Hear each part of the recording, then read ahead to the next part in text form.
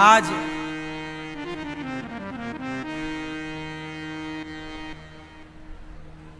अहमदाबाद में एक बड़ी दुखद घटना घट गई।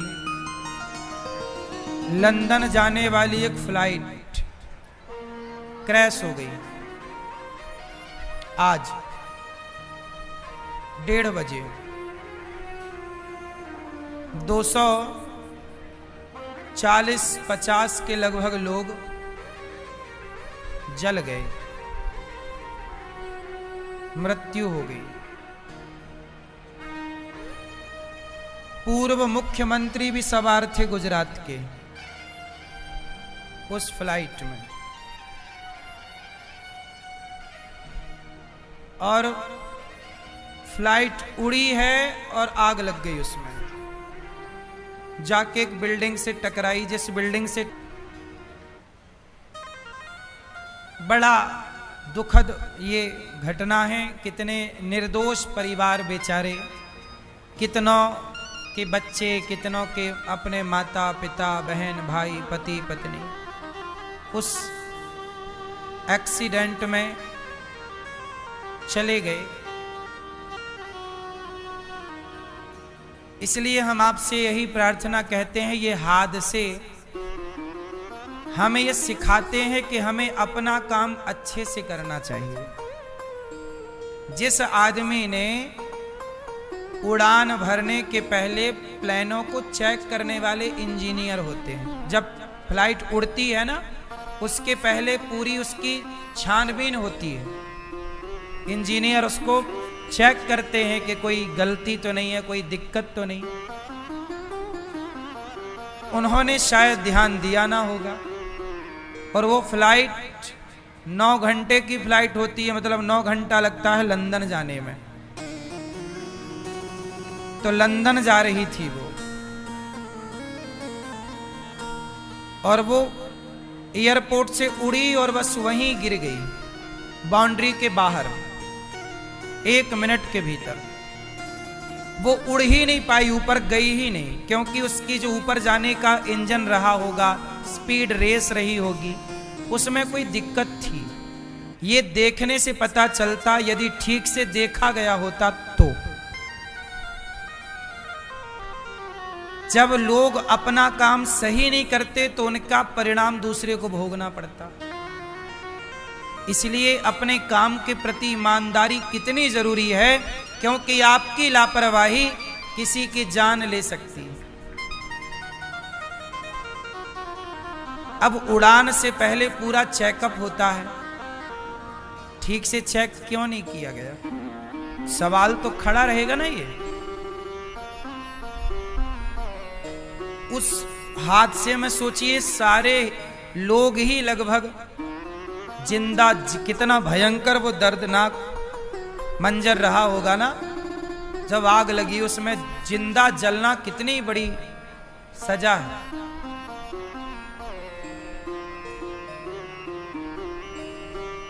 बड़ा दुखद है ये, डराने वाले हैं ये हादसे।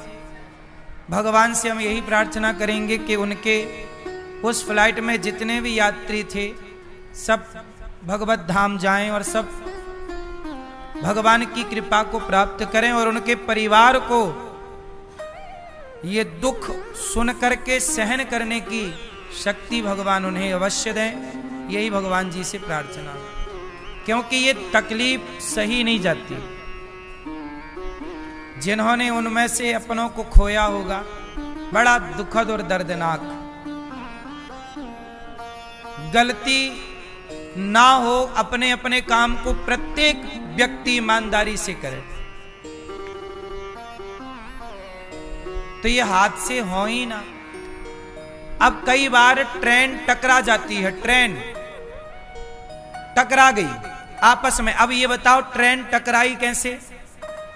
जो वहां पर बैठा है सिग्नल देने वाला, यदि वो गलत सिग्नल देगा तब टकराएगी, सही सिग्नल देगा तो टकराने की संभावना है ही नहीं। इतनी बढ़िया व्यवस्थाएं बनी हुई हैं, सबका रूट निर्धारित है। एक व्यक्ति की लापरवाही होती है, वो सिग्नल देना भूल जाता है या सो जाता होगा, भगवान जाने। गलत सिग्नल दे दिया, एक ही ट्रैक पर दो ट्रेन आ गई, आमने सामने टकरा गई। कितना बार ऐसा हुआ और निर्दोष लोग मारे गए। आपकी एक जरा सी गलती कितना बड़ा नुकसान कर सकती है, ये सबक है। इसलिए कहता हूं कि अपना काम बड़ी ईमानदारी से करो। जो काम दिया गया है ईमानदारी से। लापरवाही आप तो कर लेंगे, लेकिन उसका परिणाम वो निर्दोष लोग भोगेंगे जिनका कोई कसूर था ही नहीं।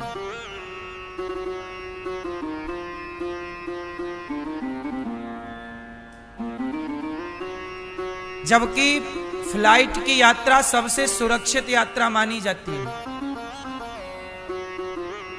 लाखों फ्लाइटें रोज उड़ती हैं पूरी दुनिया में, लाखों, हाँ या ना, नेशनल इंटरनेशनल।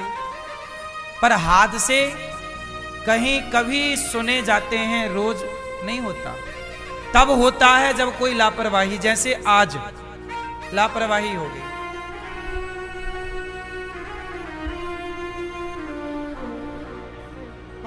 वरना अभी देखो ना, अभी पाकिस्तान के युद्ध के बाद एक फ्लाइट हमारी आकाश में फंस गई थी तूफान में। पाकिस्तान ने अपना एयरवेस नहीं दिया था लैंडिंग के लिए इस जगह, या ऊपर का आकाशीय हिस्सा, तो इमरजेंसी लैंडिंग करा दी पायलट ने सूझबूझ से, सुरक्षित करा दी। आगे का हिस्सा टूट गया फ्लाइट का, पर बच गई जान सब यात्रियों की। चलो वो तो एक ऐसा कि हवा तूफान में फंसा, पर ये तो उड़ते या उड़ ही नहीं पाई और आग लग गई। तो इसमें मतलब इंजन में पहले से दिक्कत थी, वरना एक आध घंटे उड़ती गर्म होती तो मानते चलो भैया गर्मी के कारण आग लग गई। पर अभी तो वो उड़ी ही थी, उड़ने जमीन छोड़ने से ठीक 1 मिनट बाद टकरा गई। उस 1 मिनट में वो पायलट क्या करता, ऊपर होती तो बैलेंस बनाता, खाली जगह पे उतारने की कोई, अभी तो उड़ ही नहीं पाई थी। ना वो आकाश में थी ना जमीन में थी, बीच में थी। उसका इंजन काम ही नहीं कर रहा था। मतलब गलती तो थी किसकी, देखने वाले की। गलतियां कोई ना करे तो कोई हादसा, अब सारे लोग अपनी अपनी दिशा पे गाड़ी चलाएं, शराब पीकर ना चलाएं, सूझबूझ से गाड़ियां चलाएं, तो क्या रोड एक्सीडेंट होगा? रोज हम लोग सूचनाएं सुनते हैं न्यूज में कि ट्रक से गाड़ी टकराई, 4 लोग मारे गए, फलानी टकराई 5 लोग मारे गए। कितना दर्दनाक है ना ये। क्यों टकराई? आपने ओवर स्पीड चलाई, आपने शराब पी के चलाई, आपने बिना इंडिकेटर दिए घुसा दी, मोड़ दी। गलतियां ना हो तो हादसे ना हो। हादसे की वजह गलती ही है। कोई सिस्टमैटिक चले, सारे लोग सिस्टमैटिक चले तो कोई हादसा ना हो। बोलो हाँ। लापरवाही ये सबसे बड़ा कारण है। इसलिए आप लोगों से मैं प्रार्थना करूं कि आपको जो काम दिया जाए उस काम को बड़ी सजगता से, ईमानदारी से करिए। यहां एक सवाल मेरा आपसे है, मैया ये बताओ, भगवान ने गोपियों के संग रास रचाए, आप ब्रजवासी तो बढ़िया जानो, बताओ भगवान जी ने रास रचाए गोपियों के संग, ये रास में हुआ क्या था? ये रास, मैया आप लोग रास रचाती हो, हाँ या ना? रास किसे कहते हैं? क्यों भैया आप लोग रास रचाते हो, हाँ कि ना? रास रचाते हो किसके साथ? इसका मतलब है कि रास के गहराई को आप समझ नहीं पाए। रास क्या है?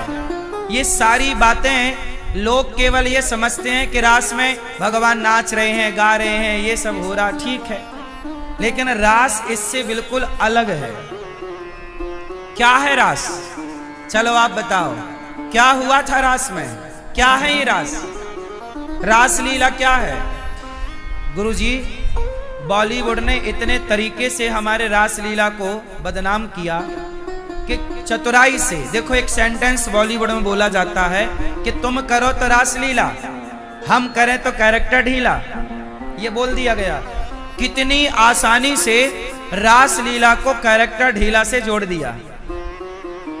मेरे नौजवान दोस्तों और मेरी माँ, ध्यान से सुनना। अब आप ब्रजवासी मुझे बताओ कि क्या रास लीला कोई कैरेक्टर ढीला की लीला है? उत्तर दो मेरी माँ। मैया, क्या रास लीला कोई कैरेक्टर ढीला की लीला है? लेकिन बोला क्या गया बॉलीवुड की तरफ से कि तुम करो तो रास लीला, हम करें तो। आप लोग भी ये मजाक मजाक में बोलते हो यार, तुम करो तो रास लीला, हम करें तो कैरेक्टर ढीला। इससे हमारे भगवान श्री कृष्ण पर सवाल खड़ा हो गया। क्या सवाल? कि क्या रास लीला कैरेक्टर ढीला की लीला थी क्या? ये सवाल खड़ा है बॉलीवुड की ओर से। कितनी चतुराई से काम कर गया ना बॉलीवुड, और ये नौजवान लड़कों के दिमाग में घुसा दिया। और बच्चों को तो यही लगा कि रास लीला मतलब वही उल्टे सीधे काम। ऐसी ना मानसिकता। रास लीला को लेकर समाज में बड़ी गलत अफवाह है। बोलो हाँ कि ना? क्यों है? किसने फैलाई? जाना नहीं, समझा नहीं, पढ़ा नहीं, सत्संग किया नहीं, गुरु चरणों में बैठे नहीं, और मनमाने ढंग से अर्थ करना स्टार्ट कर दिया। अब हम समझते हैं कि रास क्या है, किसे कहते हैं रास। कितने लोग समझना चाहेंगे रास का सही अर्थ? तो बताओ, समझना चाहोगे? तो सुनो फिर, रास क्या है?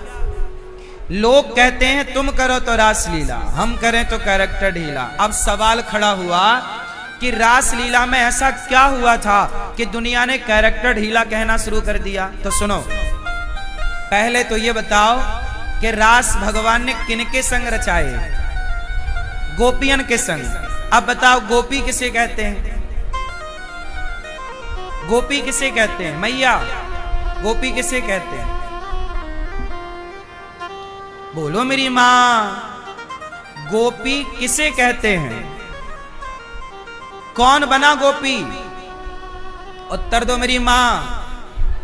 हाँ, गोपी किसे कहते हैं? सुनो, भगवान शंकर ने तीसरी आंख खोली। भगवान शंकर ने तीसरी आंख खोली तो कौन जला? कामदेव। कौन जला? जोर से ध्यान से सुनना और बोलना। तीसरी आंख खुली तो कौन जला? कामदेव को जलाने वाले त्रिपुरारी, कामदेव को जलाने वाले शंकर जब वृंदावन आए, रास में आए, तो क्या बनकर आए? गोपी। गोपी का मतलब कोई स्त्री नहीं, कोई भोग का सामान नहीं। गोपी का मतलब है काम को जलाने वाले शिव जैसी श्रेणी के लोग गोपी कहलाते हैं। गोपी मतलब कोई सामान्य श्रेणी नहीं है। जैसे प्रधानमंत्री। क्यों भैया? प्रधानमंत्री मतलब क्या होता है? देश का राजा। बोलो हाँ। क्या हम और आप कोई भी लगा सकते हैं कि प्रधानमंत्री? आप अपने नाम के आगे लगा लो प्रधानमंत्री माखनलाल चतुर्वेदी, प्रधानमंत्री मनोहर सिंह तिवारी। क्यों भैया? जैसे प्रधानमंत्री सबके लिए नहीं लगाया जा सकता, ऐसे गोपी बनने के अधिकारी सब नहीं, जो निष्काम हो चुकी हैं वो गोपियां हैं। रास में रास पंचाध्याय को पढ़ोगे तो जब गोपियों को श्री कृष्ण ने बुलाया तो कुछ गोपियां आईं और कुछ गोपियों को उनके पतियों ने रोक लिया। मत जाओ, कहां जा रही हो? तो गोपियों के भीतर भगवान से मिलने की ऐसी उत्कंठा हुई कि उनका शरीर रह गया और उनके सूक्ष्म शरीर उनका मन, उनका चित्त, उनकी बुद्धि, उनकी आत्मा जाके भगवान श्री कृष्ण में समा गई। उनके संग रास हुआ, उस आत्म तत्व के संग रास हुआ, ना कि भौतिक शरीर के साथ। बोलो हाँ। अच्छा ये बताओ, हमने एक दिन कथा में बताया था कितने शरीर होते हैं आपके। हमने कथा में बताया था कितने शरीर होते हैं? 3। कौन कौन से? स्थूल, सूक्ष्म और कारण।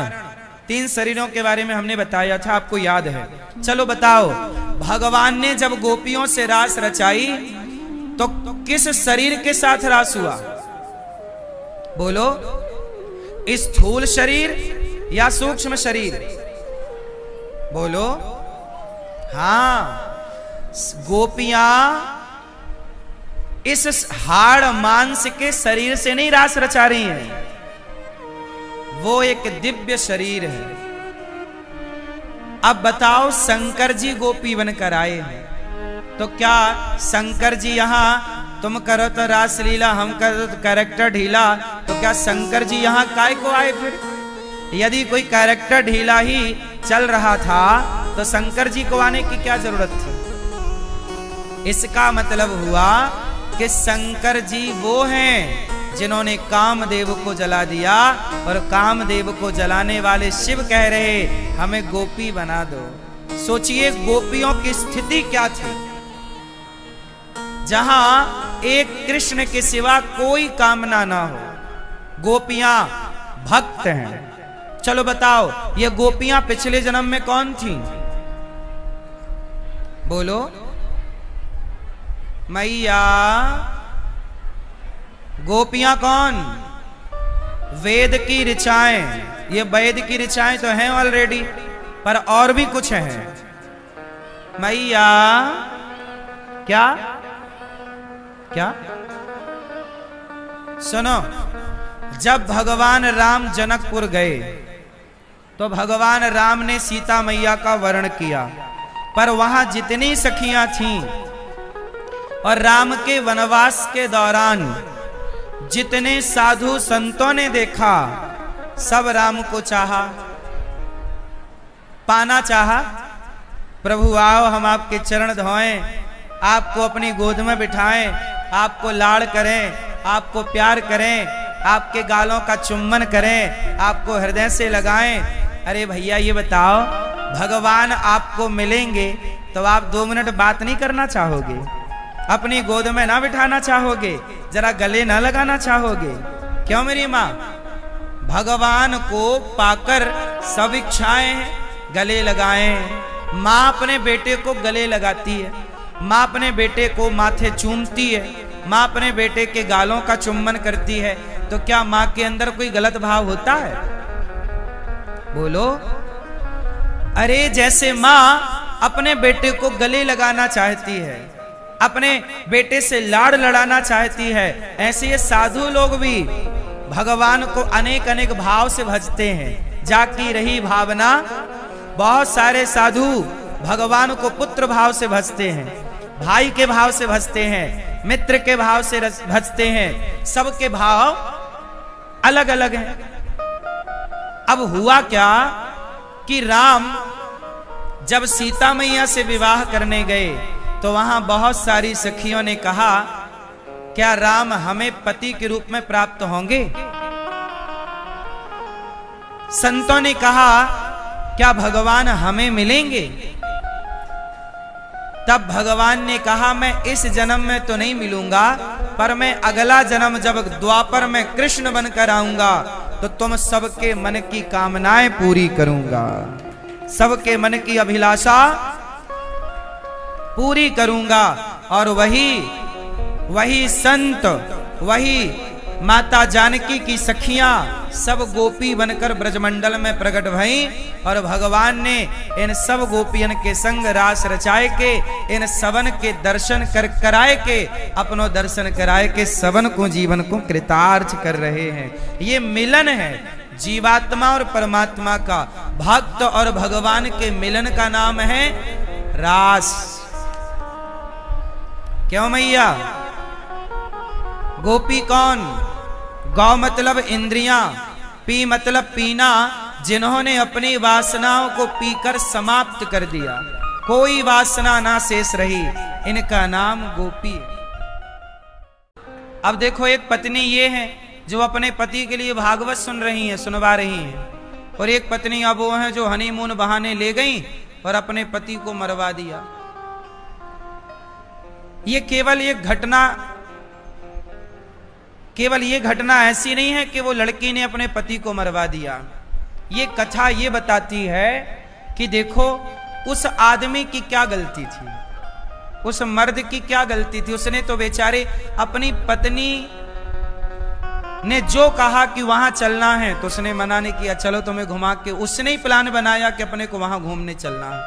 और सोचो कि वो महिला जिसने पति को मारने का प्लान बनाया, वो विवाह के पहले वहां जा चुकी थी और पूरा घूम के आ चुकी थी, देख के कि कहां कहां कैसे खड़ा करके कैसे धक्के मारना, कैसे मतलब मारने की पूरी प्लानिंग कर चुकी थी। और शादी के बाद अपने पति को ले गई। राजा नाम था उसके पति का, राजी नाम है, राजा रघुवंशी। ले गई और वो देखो अब उस पति की क्या गलती थी बेचारे की। पति ने तो भरोसा किया ना भाई, कौन पत्नी अपने पति को, कौन सोच सकता है कि पत्नी मरवा देगी हमें। यदि ये विश्वास समाप्त हो जाए तो पूरी प्रकृति हिल जाएगी। यदि ये विश्वास समाप्त हो जाए तो ये पृथ्वी में भूचाल आ जाएगा। अरे दूसरा कोई मार के चला जाए तो आश्चर्य नहीं, दुश्मन मारे, आतंकवादी मारे तो आश्चर्य नहीं।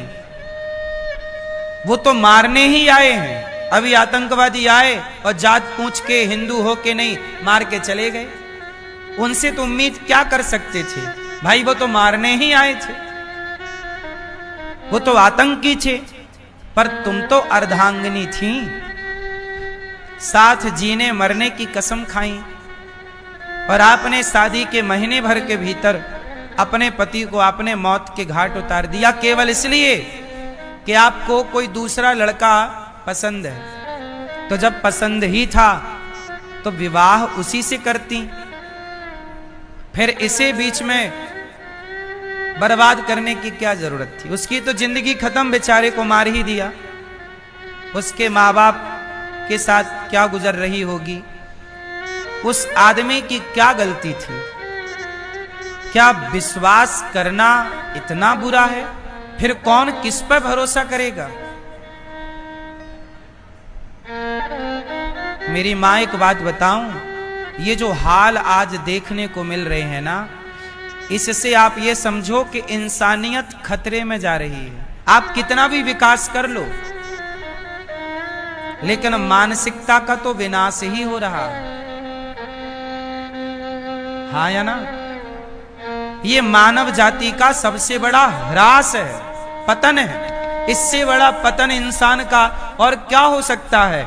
जिस देश की नारियां अनसुईया होती हैं, जिस देश की नारियां सावित्री बनकर यमराज के मुंह से अपना पति वापस ले आती हैं, उस देश की नारियां अपने पति को मरवा डालती हैं। ये सुनने में कितना अजीब है, कितना भयंकर है।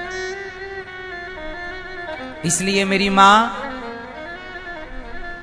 आजकल का युग है कि शादी ब्याह करने के पहले अपनी बेटियों को, अपने बेटों को बहुत अच्छे से समझ लो, जान लो, परख लो।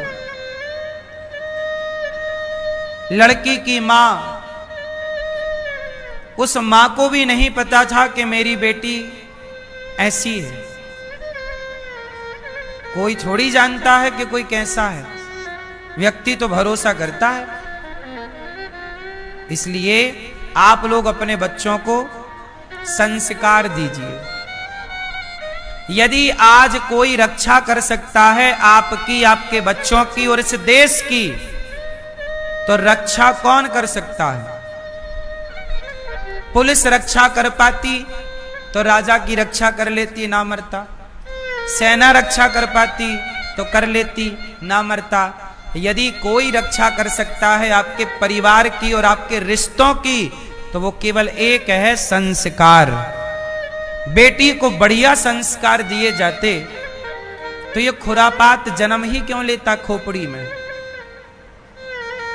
हाँ या ना?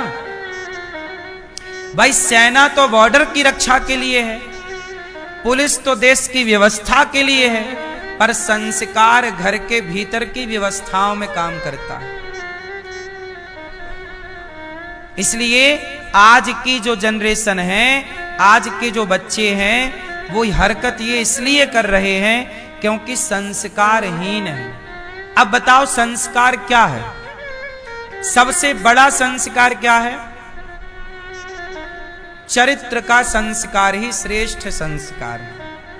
आजकल की कुछ लड़कियां, कुछ लड़के क्या हो रहे हैं? चरित्रहीन हो रहे हैं। अब चरित्रहीन हो गए। वो लड़की का किसी और लड़के से चक्कर था, अब उसको करनी पड़ी शादी किसी और लड़के से। तो कहावत कहते ना, दिल लगा गदही से तो परी किस काम की। जबकि वो लड़का देखने में कितना सुंदर था जिसको मार दिया, और वो जिसके संग उसका चक्कर था वो कितना घटिया दिख रहा है। ऐसे ही हाल वो ड्रम वाले केस में भी था कि अपने सुंदर पति को मारकर ड्रम में पैक कर दिया और एक घोचू लाल के संग भाग गई। आजकल ये लड़कियों की पसंद क्या हो रही है? इन्हें घोचू ही पसंद आ रहे हैं।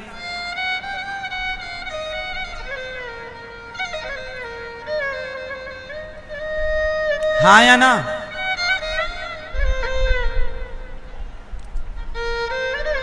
कमी किसकी है बताओ?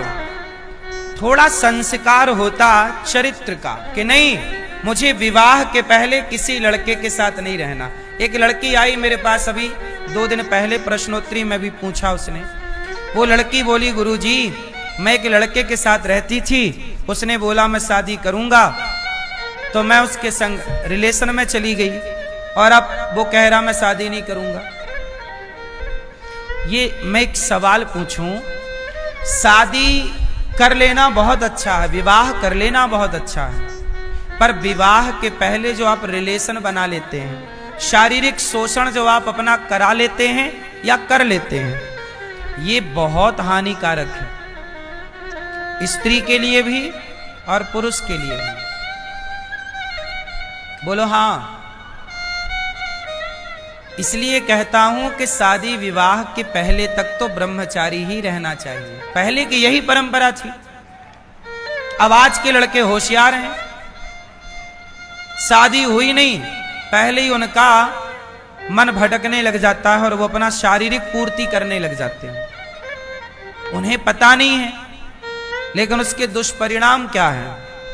एक दूसरी बहन आई, उसने कहा गुरुजी हमारी बहन है, उसने विवाह किया और विवाह करने के बाद, बहुत ध्यान से सुनना, यह बात आपके काम आएगी भविष्य में। एक लड़की ने विवाह किया, विवाह के कुछ दिनों बाद पता चला कि उसके पति को एड्स की बीमारी है, एड्स है। तो डॉक्टरों को दिखाया, भाई ये कैसे हुआ? तब उस डॉक्टर ने बताया कि इस आदमी का बहुत सारी स्त्रियों से चक्कर था, तो ये एड्स हो गया। अब आज के लड़के लड़कियां जो लिव इन में रह रहे हैं, क्या है ये लिव इन ही एक प्रकार का एड्स है। ये लिव इन अपने आप में क्या है? एड्स है। ये अपने आप में एक बीमारी है, ये लिव इन है या नहीं? कोई भी लड़की शादी के पहले पराये पुरुष के बारे में ना सोचे, और कोई भी लड़का ऐसे संस्कार दो आप कि आपकी बेटी विवाह के पहले सोचे ही ना पराये के बारे में, और लड़का भी पराये नारी के बारे में विवाह के पहले सोचे ही ना, तो फिर देखो कोई संबंध, कोई रिश्ता कभी टूट ही नहीं सकता। गलतियां ये हो गई कि आपने अपनी जड़ों को काट दिया। सनातन की जड़ क्या है? बोलो। सनातन की जड़ है चरित्र। राम चरित्र सुनवे को रसिया, राम लखन सीता मन। राम कैसे हैं? चरित्रवान। राम की पूजा होती है, राम की नहीं, राम के चरित्र की पूजा होती है। राम का चरित्र ऐसा है कि राम के आगे कोई स्त्री आती है तो राम उसे माता कह के बुलाते हैं, गलत निगाहों से कभी दृष्टि नहीं डालते। ये राम का चरित्र है। माँ बाप ने जो कह दिया स्वीकार कर लिया। ये चरित्र इस देश का रहा है। इस देश में ऐसा चरित्र नहीं था कि आप विवाह के पहले 17 जगह मुंह मारते रहो। हाँ या ना? ऐसे में तो इस देश का ह्रास हो जाएगा, हमारा अस्तित्व खत्म हो जाएगा। हमारा अस्तित्व किसकी वजह से है? हम सनातनियों का अस्तित्व ही संस्कारों की वजह से। हम दुनिया में आज खड़े हैं तो टेक्नोलॉजी के बल पर नहीं, केवल अपने संस्कारों और अपने विचारों के बल पर। ऐसा विचार जिस विचार को दुनिया फॉलो करती है, वसुधैव कुटुंबकम, इस विचार को दुनिया फॉलो करती है। वसुधैव, बोलो वसुधैव कुटुंबकम, मतलब पूरा विश्व हमारा परिवार है। इस विचारधारा को पूरी दुनिया स्वीकार करती है। गीता के ज्ञान को पूरी दुनिया स्वीकार करती है।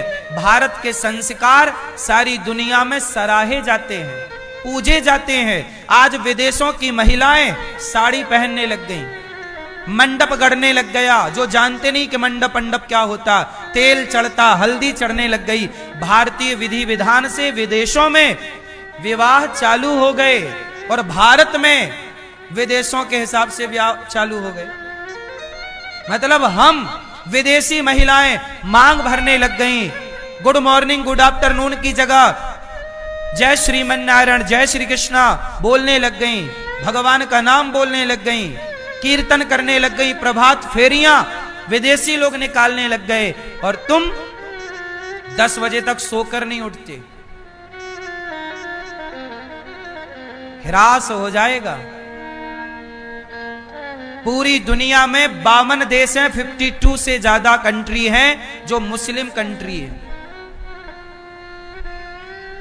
206 देश हैं इस धरती पर लगभग, कुछ कम ज्यादा हो तो आप देख लीजिएगा। मैंने जब जीके पढ़ा तब 206 थे, अब कुछ घट बढ़ गए हो तो आप जानो। 206 देशों में एक भी देश ऐसा नहीं है जो हिंदू राष्ट्र हो। अभी मैं एक जगह गया तो मैंने वहां देखा कि वहां छोटे छोटे बच्चे खेल रहे थे। सारे बच्चे मुसलमानों के थे।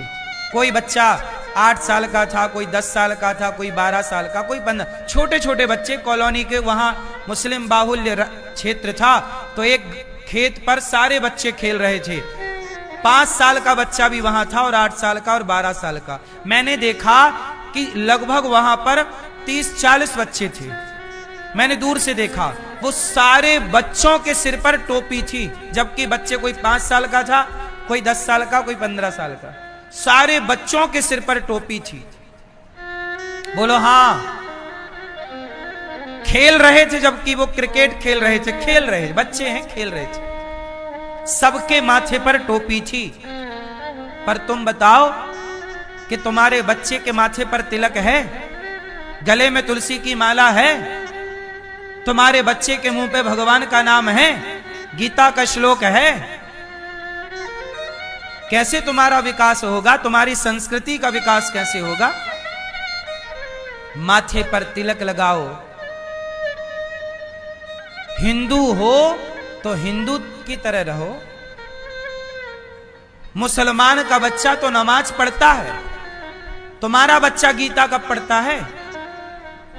तो मुसलमानों के कंट्री हैं 52, आज 52 कंट्री है। मुझे विश्वास है कि उनकी 70 कंट्री भी हो सकती हैं, उनकी 100 कंट्री भी हो सकती है, क्योंकि वो अपने धर्म के लिए बड़े कट्टर हैं।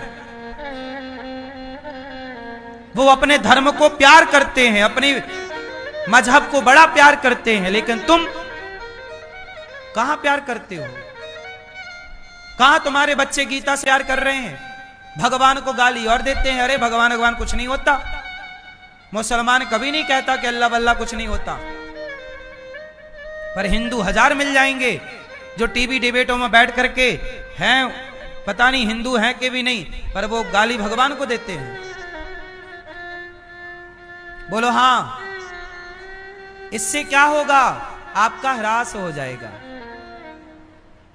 जो व्यक्ति अपने संस्कारों को नहीं फॉलो करता, जो अपने आदर्शों पर नहीं चलता, बर्बाद हो जाता है। हिंदुओं के पतन का सबसे बड़ा कारण है कि हिंदू अपने सनातन संस्कृति को लेकर कट्टर नहीं है। मैं कहता हूं मुसलमान को कट्टर होना चाहिए अपनी संस्कृति को लेकर, ईसाई को भी कट्टर होना चाहिए अपनी संस्कृति को लेकर, लेकिन हिंदुओं को भी कट्टर होना चाहिए अपने संस्कृति और संस्कारों को लेकर। कोई समझौता नहीं होना चाहिए। कट्टरता नहीं होगी। कट्टरता का मतलब यह नहीं कि आप किसी को मार डालो, मारने की कट्टरता नहीं, गीता पढ़ने की कट्टरता हो, ईश्वर के प्रति श्रद्धा की कट्टरता हो, ज्ञान को जानने की कट्टरता हो, अपने धर्म का पालन करने की कट्टरता हो, राम नवमी कृष्ण जन्माष्टमी मनाने की, एकादशी व्रत करने की कट्टरता हो कि करेंगे। आज देखो बकरीद आती है ना, ईद आती है, तो भारत में मुसलमान कहीं भी काम कर रहा हो, कितना भी महंगा काम कर रहा हो, छोड़ करके अपने घर चला जाता है। साहब 3 दिन काम नहीं करेंगे हम, हमारा त्योहार है, बकरीद आने वाली है। लेकिन हिंदू कहां बोलता है कि आज एकादशी आ रही है भैया, आज हम भगवान का चिंतन करेंगे, आज हम काम नहीं करेंगे, एकादशी है, भगवान का भजन करेंगे, आज पूर्णिमा है, चलो आज हम काम करेंगे। नहीं, हिंदुओं के अंदर कोई कट्टरता नहीं है। वो जानते नहीं कब एकादशी आई, कब चली गई, लेकिन उन्हें पता है, छोटे बच्चे को भी पता है कब बकरीद आने वाली है। सारे मुसलमान संगठित हैं, एक आवाज में दौड़ जाते हैं, पर तुम हिंदू आपस में लड़ते रहो जातियों के नाम पर। सिर्फ लड़ना है आपको, यही पतन का कारण है। याद रखो कश्मीर को सारे पंडित खदेड़े गए थे, आज तक नहीं बस पाए। बोलो हां, सरकार कोशिश कर रही है बसाने की, नहीं बस पा रहे हैं।